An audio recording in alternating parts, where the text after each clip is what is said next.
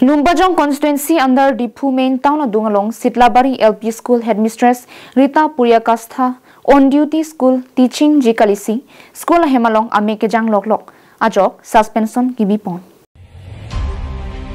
Lason si pirthe munitum asumar aphan kimang dunke doctor engineer teachers officer pen kapre asai long si kipaklem dunjia phan kimang dununti mate amang kaheman dununti lo lapen asumar aphan lapu anakang tuyang deng an kepale dunjia phan ke education a hinsi paprang dunangji lapen school a hinke kicheng si ke kicheng dun nangji lake foundation pen ke LP school long pen si cheng dunangji ansi akang tuyang deng an lidunji lapen foundation pen hengnu dak rotang te labang so usuke ki paprang dun thek detpu lapen LP school teacher satum jong si mission si protang te students satumaphan sangti pen amek var sit ason si mandet lasom thak si Lumbajong constituency under Dipu main town adungalong Sitlabari LP school headmistress Rita Puryakastha ke on duty hut school teaching jikalisi school hem amek si kijang loklok laki students satum ki thek jikalisi laki amek ki palu kamsi ki claim rong ason lo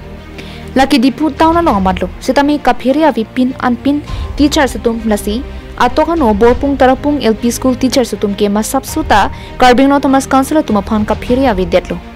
lasila Sitlabari LP school headmistress Rita Puryakastha si team Carbing tumaphan theminak loma tangte Richard tobito kaphiri ratoma lasi Carbing Thomas council CM Dr. Liram Rong hang lapen education Richard tobi atum Rita Puryakastha headmistress aphan mentulo action camp matang te kaphiri retluma muapor si thekdun longpo matang te akejoi pensi bainong pachor et poma puta laso joksi Carbing Thomas council education department pen Rita Puryakastha phan suspension bipon etlo nasi Carbing angkang LP school teacher satum lapuson chiplang hai langma puta ninje ponenti news report Carbing Live.